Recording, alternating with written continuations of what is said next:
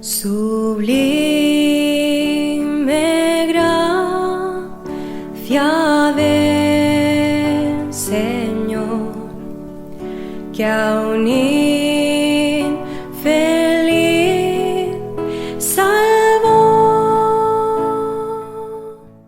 Sublime gracia, mas el Dios de toda gracia que nos llamó a su gloria eterna en Jesucristo, después que hayáis padecido un poco de tiempo, Él mismo os perfeccione, afirme, fortalezca y establezca.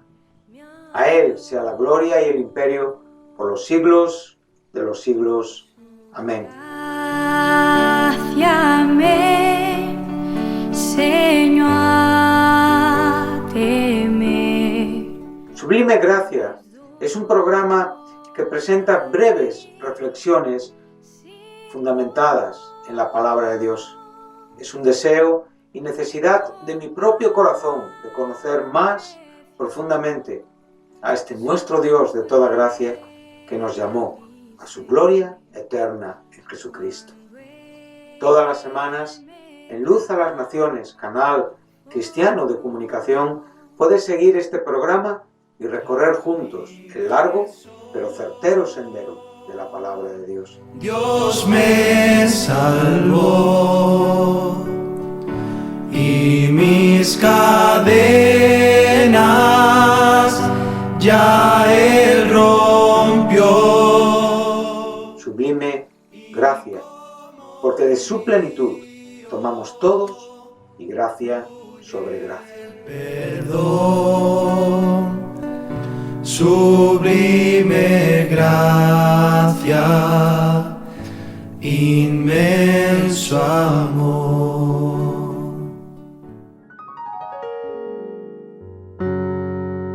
Bueno, en el último programa estuvimos hablando del capítulo 5 de Juan, tratando de presentar la gracia de Dios a través de lo que es el Evangelio de Juan en muchos de los aspectos que el evangelista nos comparte. Sabemos perfectamente que la gracia de Dios la encontramos en la Escritura en cualquier punto, desde el principio hasta el final. Como siempre digo, es el hilo que entreteje todo el conjunto escritural. Pero en Juan podemos encontrar muchos argumentos, ya que Juan nos habla de Cristo como Hijo de Dios y como Dios encarnado. Él es el que en su primer capítulo nos habla de ese verbo que se hizo carne por nosotros.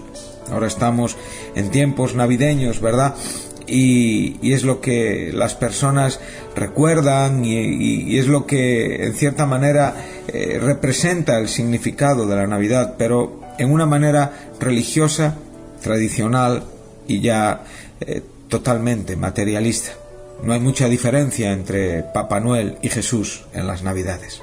Bueno, es triste, ya que el nacimiento de Cristo es una de las manifestaciones más maravillosas que podemos encontrar en la Escritura. La encarnación de Jesús, anunciada por el profeta Isaías en el capítulo 7 de su profecía. En el capítulo 9 de su profecía, donde nos dice con tanta claridad, en una forma tan espiritual, porque un niño nos es nacido, un hijo nos es dado, y el principado sobre su hombro. Será su nombre admirable, consejero, Dios fuerte, Padre eterno, príncipe de paz. Bueno, el propio Isaías en el capítulo 7 de su profecía, en el versículo 14, nos habla de que la Virgen concebirá y nos dará a luz un hijo y llamaremos su nombre Emmanuel, que quiere decir Dios con nosotros. La encarnación de Cristo es un hecho a tener muy en cuenta a la hora de exponer la gracia de Dios. Como dije, Juan nos habla de un verbo que era Dios, que estaba en el principio con Dios y que era la manifestación esencial de Dios en carne. Él declara que este verbo manifestado mucho más allá del logos impersonal, no estamos hablando de la palabra escrita, estamos hablando del logos encarnado, de aquel que era Dios Y nos dice con absoluta claridad en el verso 14: y aquel verbo fue hecho carne y habitó entre nosotros, y vimos su gloria como la del unigénito del Padre, lleno de gracia y de verdad. La encarnación de Cristo es un hecho sin igual, es un hecho sin precedentes, es un hecho irrepetible, es un hecho ante el cual nosotros tenemos que adorar y agradecer y sacar el calzado de nuestros pies, ya que entramos en un terreno muy santo. Muchas personas ven el nacimiento de Jesús como un bebé cualquiera y bueno, pues no hay mucho que ver en ese hecho, ya que no tiene ninguna profundidad.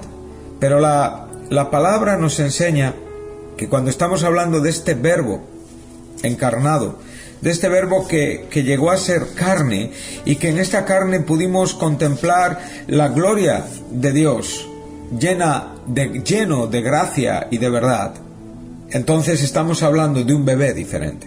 Muchas personas únicamente ven en Cristo un comienzo, un nacimiento, pero la realidad no es así. El niño que fue formado en el vientre de María era Dios, por lo tanto, siendo Dios, no podía comenzar de cero. En los atributos de Dios está el carácter y la condición eterna. En sus atributos está el tener en sí mismo la autoexistencia. En los atributos de Dios está el ser increado. Él no fue creado, Él no ha existido a partir. Él siempre fue. Por lo tanto, toda la existencia proviene y es a partir de que Él declara que las cosas sean hechas. De esto hemos hablado en otros programas, y ante esto tenemos el argumento creacional de Dios, el testimonio creacional de Dios, por el cual tiene todo el derecho de exigir honra y gloria y respeto y creer en quien Él dice que es. Aun así, una palabra bastó para crear los mundos conocidos, pero no fue suficiente una palabra para salvar a los pecadores de su estado condenado espiritual. El Verbo tuvo que hacerse carne.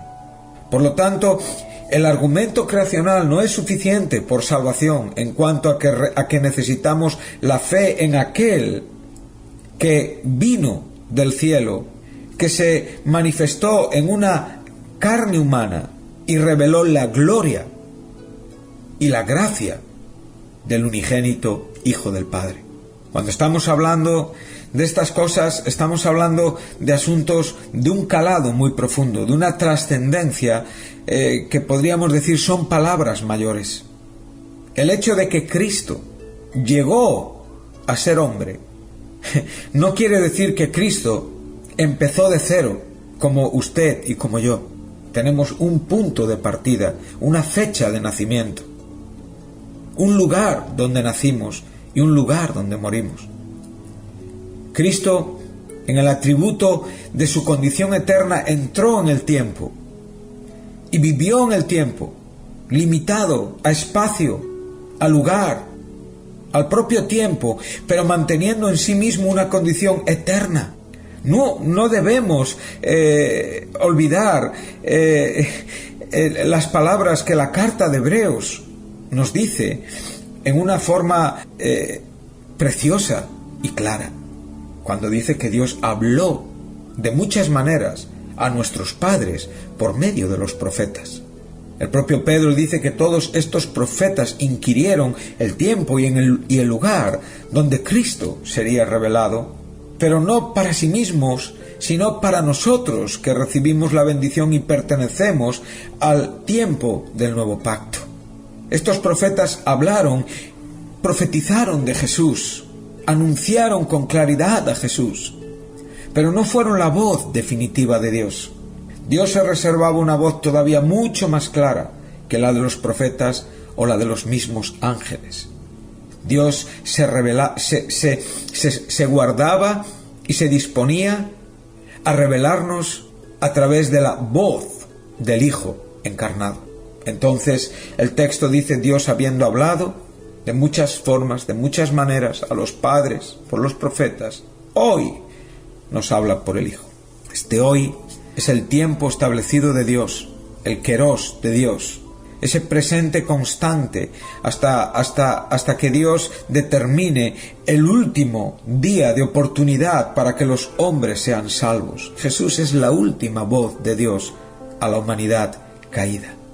En este tiempo, en este hoy de salvación, en este día de salvación, en este tiempo aceptable, en este Kairos espiritual que pertenece únicamente a Dios y que es administrado por Dios y que es manejado por Dios, revelado por Dios, dirigido por Dios, comenzado por Dios, y el mismo Dios determinará el momento en el que el Hijo encarnado que murió en la cruz y resucitó al tercer día y que hoy está glorificado a la diestra del Dios Padre, siendo el Hijo del hombre por la eternidad, regresará por su iglesia.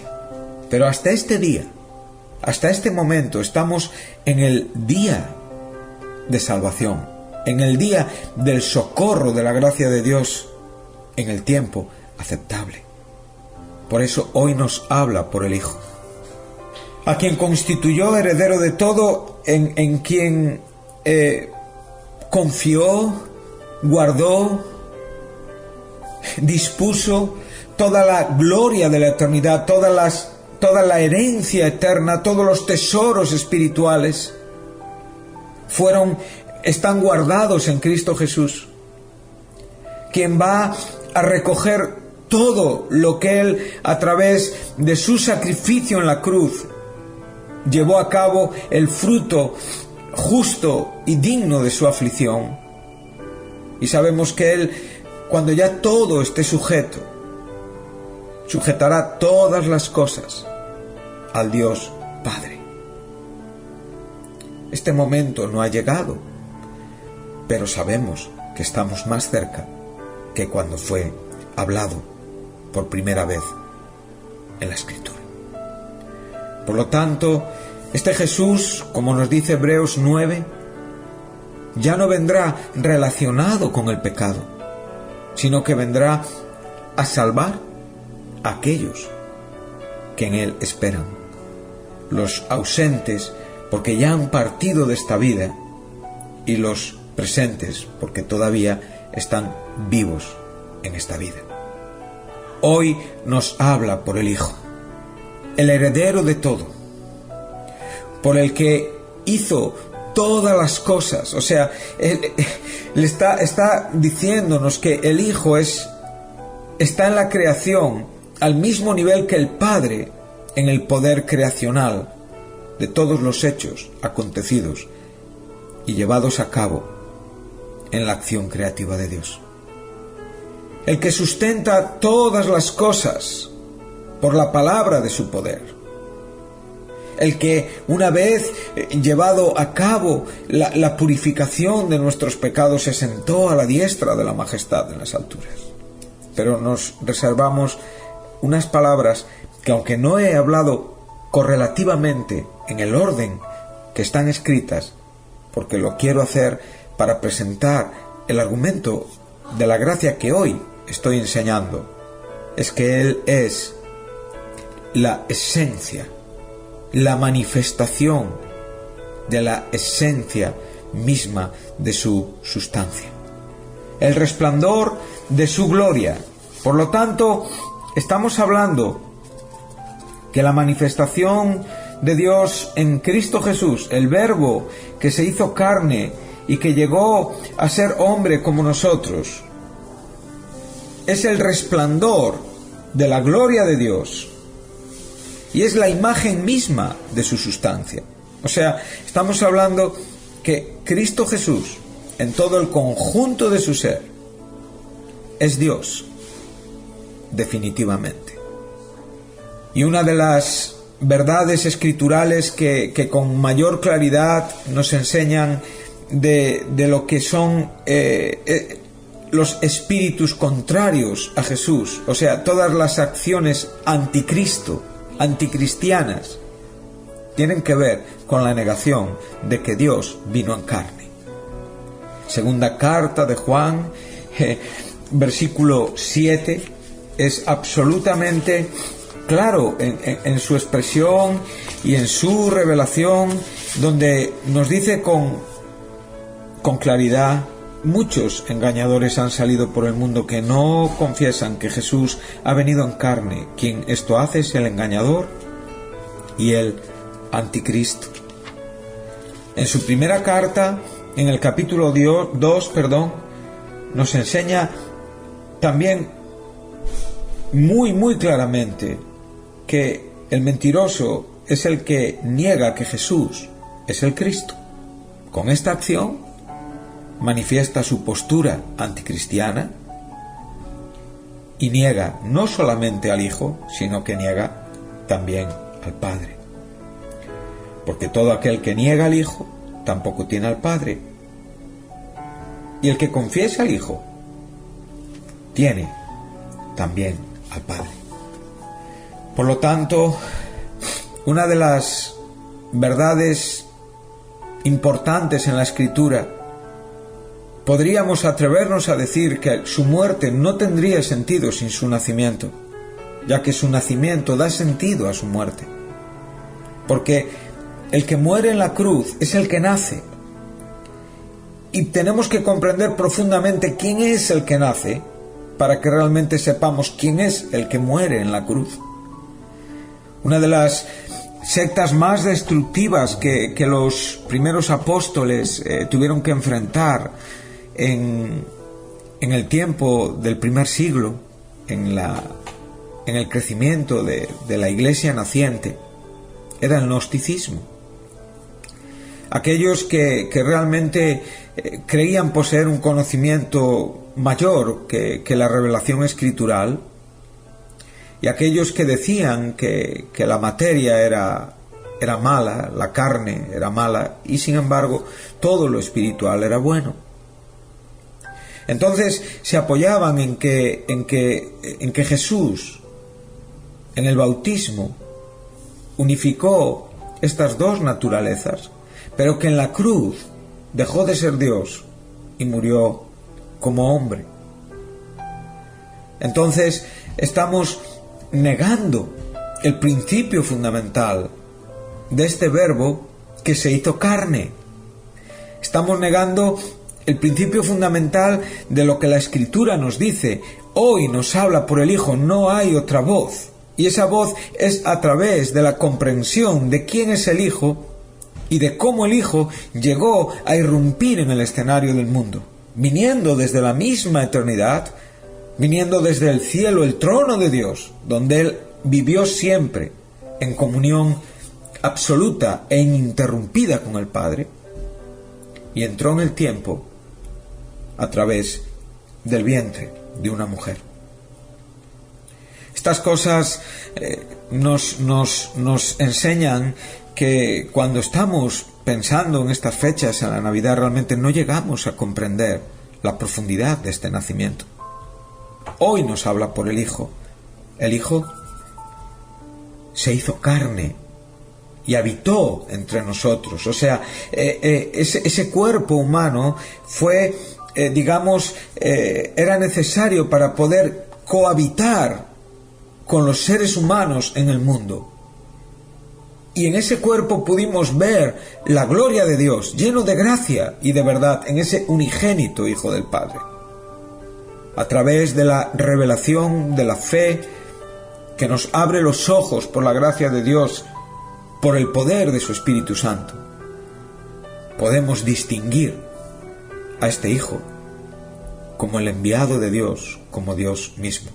Por eso Él oró en su oración sacerdotal de Juan 17, y esta es la vida eterna, que te conozcan a ti y a Jesucristo, a quien tú has enviado.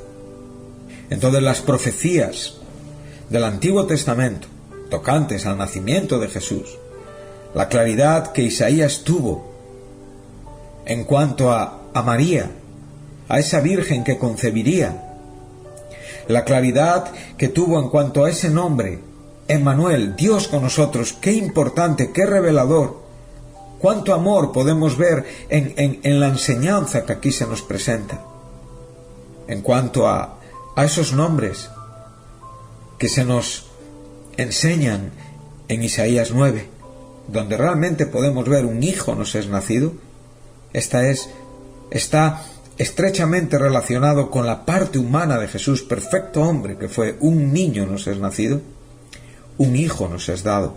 Aquí se nos presenta con absoluta claridad su deidad, su divinidad, donde Juan 3:16 nos enseña que de tal manera amó Dios al mundo que entregó a su único hijo a morir por los pecadores, para que todo aquel que en él crea no se pierda, sino que tenga vida eterna. Entonces, estos dos aspectos son fundamentales.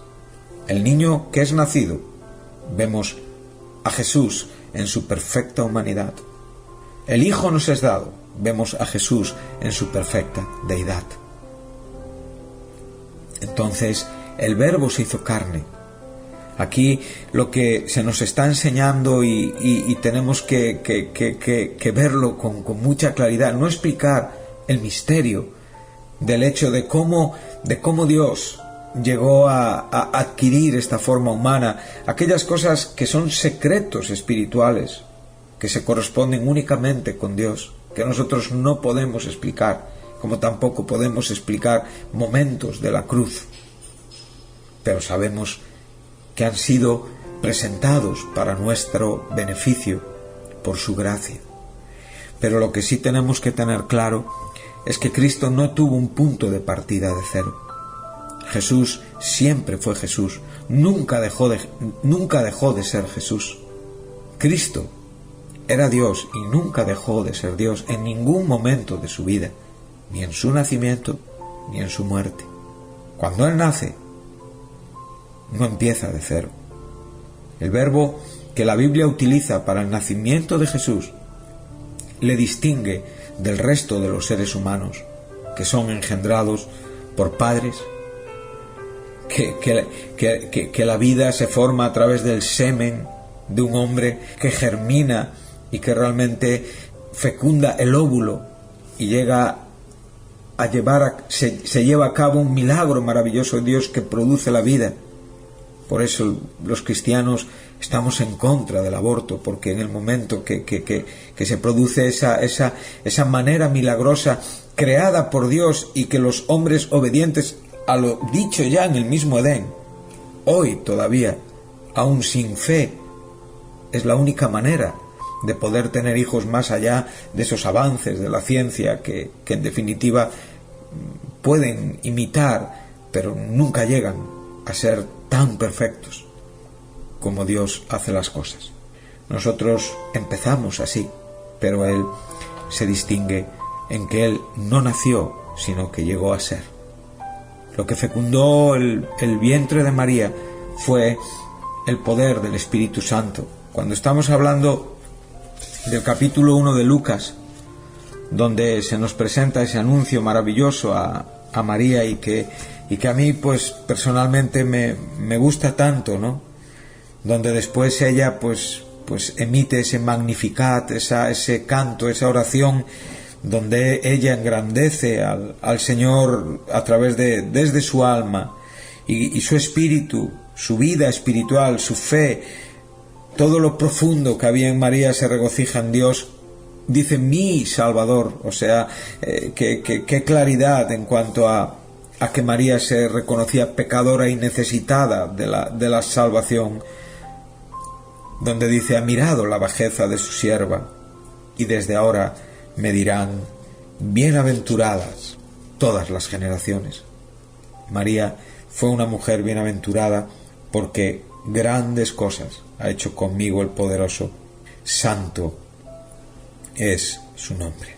Me gusta mucho porque el ángel le dice salve cuando llega, y muy favorecida. Qué palabras tan distinguidas, qué forma de honrar el Dios Todopoderoso a esta mujer escogida con su gracia y con su bondad, y qué forma tan maravillosa de interpretar esta honra por parte de ella, sencillamente arrodillándose y reconociendo la grandeza de quien hablaba y la bajeza de quien recibía esta bendición. El ángel le dijo: Dios es contigo y eres bendita entre las mujeres. Está diciendo que que era una bendición especial, irrepetible. Nunca una mujer portaría en su vientre al Hijo de Dios, a Dios mismo. Entonces ella se turbó y no pudo comprender la grandeza y la magnitud y la trascendencia de esta revelación. ¿Qué tipo de salutación sería esta?, decía ella. El ángel es muy concluyente y la resume con estas palabras: no temas, porque has hallado gracia de Dios. Todos los temores del ser humano, cuando somos abrazados por la gracia de Dios, se disipan, desaparecen. Y ahora concebirás en tu vientre y darás a luz un hijo y llamarás su nombre Jesús, Yeshua, que significa salvación. Este será grande y será llamado Hijo del Altísimo, y el Señor Dios le dará el trono de David, su padre. El ángel está declarando la condición de este ser que nacería del vientre de María, quién él sería, quién era y quién es, quién fue y quién será, el primero y el último, Hijo del Altísimo, y el que realmente llevaría a cabo el cumplimiento de un pacto hablado con David muchos años antes. El pacto davídico de carácter profético aquí está presente. Pero no es el tema hoy, el tema es el nacimiento de Jesús. Entonces ella pregunta: ¿cómo va a ser esto? Ya que no conozco varón. Y aquí está la distinción entre el nacimiento de Jesús y el nacimiento de cualquier otro ser humano. El Espíritu Santo vendrá sobre ti, Dios mismo llenará tu vida, la ungirá, y el poder del Altísimo te cubrirá con su sombra y llevará a cabo el milagro de un santo ser que nacerá y que será llamado Hijo de Dios.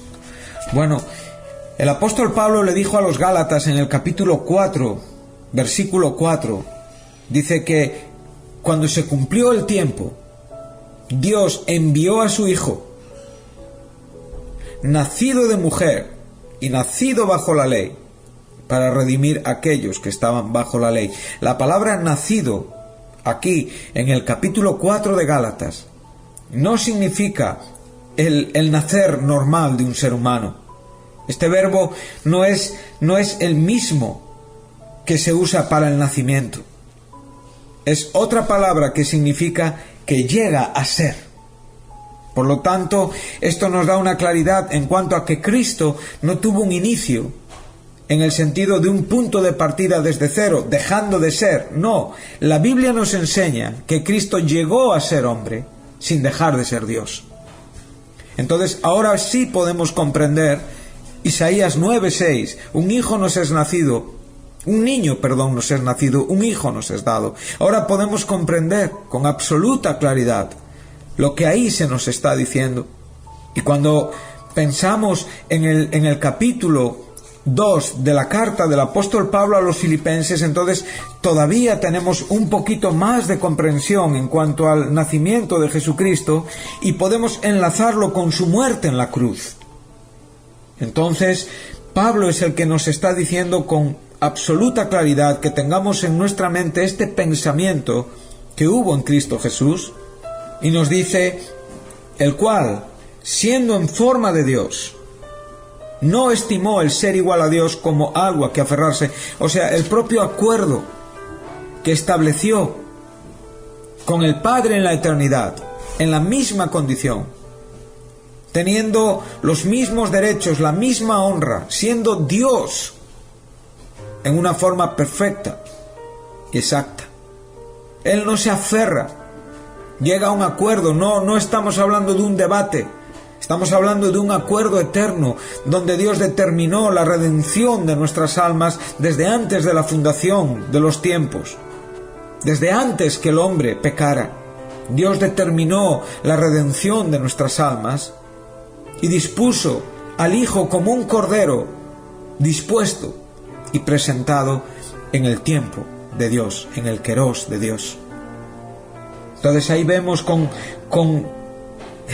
en una forma tan clara, y perdóneme que repita tanto esta palabra, claridad, clara, dice, no usó de este derecho y no hubo nada para disculparse en cuanto a no hacer esto, todo lo contrario, él se despojó y tomó forma de siervo, o sea, se vació de su gloria y veló su gloria en una condición humana. La palabra siervo es doulos, que significa esclavo. Tomó forma de esclavo hecho semejante a los hombres, o sea, llegando a ser como los hombres. Esto es importante, es lo que estamos tratando de transmitirles en este estudio, llegando a ser como los hombres. Y en esta condición de hombre, entonces sí pudo llevar a cabo la humillación de sí mismo. Vemos la claridad de estas humillaciones. La primera es despojarse de su gloria. Y en condición de hombre, llegando a ser hombre por la obra del Espíritu Santo en el vientre de María, que pudo dar lugar al Hijo de Dios en su vientre, Dios aceptó llegar a ser hombre, formado en el propio vientre de María, traído a este mundo en el tiempo de dar a luz como cualquier otra mujer, pero nacido de mujer, llegando a ser. Esta es la distinción y la profundidad de este asunto. Entonces, cuando vemos estas cosas, entonces podemos comprender que su muerte sí tiene sentido, ya que su muerte no tendría sentido sin que este nacimiento manifestara, reivindicara que el Hijo que nos es dado es Dios mismo muriendo por nosotros en la cruz. Esto fue el gozo de los pastores. Gloria a Dios en las alturas y paz en la tierra a los hombres que gozan de este favor. Los ángeles admiraron. Los magos que vinieron de Oriente 2 años después de que el niño nació, honraron con oro, incienso y mirra. O sea, su nacimiento lo condujeron a quien él era y a su muerte en la cruz del Calvario. Todos los que contemplaron el nacimiento de este niño supieron que era alguien diferente. Recuerden al anciano Simeón cuando con 8 días sus padres le trajeron al templo, donde también estaba Ana, la anciana profetisa. Y cómo este hombre, llevado, revelado por el propio Espíritu Santo, se dirige a José y a María. Es un capítulo maravilloso, el capítulo 2, donde en poquitos versículos pasamos de 8 días a 12 años en la vida de Jesús, donde le encontramos hablando, ¿verdad?, a los doctores de la ley y sus padres buscándole con mucha preocupación, pero él les dice: en los negocios de mi Padre me es necesario estar. Entonces, a lo que vamos hoy son las palabras de Simeón. Él sujeta a este bebé en brazos de 8 días. Considere, Dios mismo. Me gusta mucho esta canción navideña que dice: Mary, did you know? María, ¿sabías tú que el Hijo que estás trayendo al mundo es Dios, es el gran yo soy, es el Cordero que daría su vida? Pero hay una parte de la canción que dice: y cuando besas su rostro, estás besando el rostro de Dios. Entonces, este anciano dijo: ahora, Señor, despides a tu siervo en paz, conforme a tu palabra, porque han visto mis ojos tu salvación, la cual has preparado en presencia de todos los pueblos.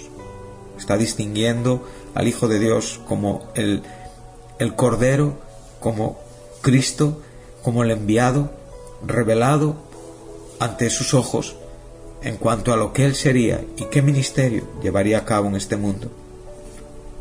Luz de revelación para los gentiles y gloria de tu pueblo Israel. O sea, enlaza y bendice estas dos culturas, la judía el pueblo del pacto, el pueblo escogido, y los gentiles, aquellos que no venimos por ascendencia de judíos, pero que fuimos incluidos contra naturaleza en el olivo natural. José y María estaban maravillados, pero Simeón dijo algo a María: este está puesto para caída y levantamiento de muchos, para señal que será contradicha. Una espada traspasará tu alma, para que sean revelados los pensamientos de los corazones.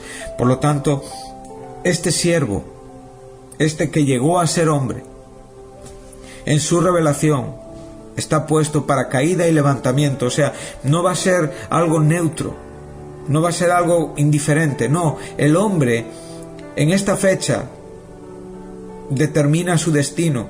No es una fecha en sí, sino es el destino de todas las almas. Unos partirán hacia la gloria eterna y otros tendrán que enfrentar el juicio y la condenación eterna. Él está puesto para caída y levantamientos. Y levantamiento depende de lo que usted haga, de lo que usted comprenda con el hecho del nacimiento de Jesús, que nos enlaza con su muerte. Dice que está puesto para caída y levantamiento y para una señal que será contradicha. Nada es más contradecido que la verdad de Jesús en esta vida. Pruebe a hablar de Jesús con alguien y se encontrará casi siempre con una contradicción escéptica. Una espada que traspasaría el alma de esta mujer. No creo que haya una madre que haya vivido más desprecios hacia su hijo. Y el cenit, el punto más culminante de ese desprecio, es cuando le vemos contemplando a su hijo clavado en la cruz. Por eso nos dice Pablo, dice en absoluta claridad, dice: y se humilló a sí mismo, haciéndose obediente hasta la muerte, y la muerte de cruz. Entonces, esta espada que traspasó el alma de María es la misma espada, el logos espiritual de Dios, que revela, como dijo también Simeón, todas las intenciones de nuestros corazones. Que Dios nos ayude a que la claridad de Dios nos revele hoy nuestra condición para buscar un arrepentimiento, abrazar la fe, recibir la gracia, o sencillamente un día que nuestra condición sea revelada ante el trono blanco, donde no habrá tiempo para arrepentirse. Por lo tanto, este niño que nació, como dice Pablo, llegó a ser hombre, llegó a ser carne, el Verbo se hizo carne, no conoció pecado, pero fue hecho pecado para que la justicia de Dios usted pudiera recibirla. No hizo pecado en su vida y no hubo pecado en él. Eso es lo que le distingue, su condición divina. Llegó a ser, y en ese llegar a ser, en su vida, ni conoció, ni practicó, ni hubo en él pecado. Él era el santo, inocente, Hijo de Dios, entregado por nosotros a la cruz. Y por esto Dios lo exaltó a lo sumo. Su nacimiento nos recuerda un hecho profundo que nos lleva a la cruz, pero que a la vez nos da una gran enseñanza que siempre tendremos que agradecer. Él mismo nos recordó en su última cena: este es mi cuerpo, que por vosotros es entregado. En Getsemaní dijo: mi alma está triste. Y en la cruz encomendó su espíritu al Padre. Cuerpo, alma y espíritu. Era un verdadero hombre. Usted y yo estamos y tenemos cuerpo, alma y espíritu. Por lo tanto, este nacimiento maravilloso nos enseña que en esta condición fue a la muerte, y muerte de cruz, por lo cual Dios también le exaltó hasta lo sumo y le dio un nombre que es sobre todo nombre, para que en el nombre de Jesús se doble toda rodilla de los que están en los cielos y en la tierra y debajo de la tierra, y toda lengua confiese que Jesucristo es el Hijo de Dios, para la gloria del Dios Padre. Que Dios les bendiga y que Dios nos ayude a comprender la verdad en la forma más amplia y perfecta. Muchas gracias y hasta el siguiente programa.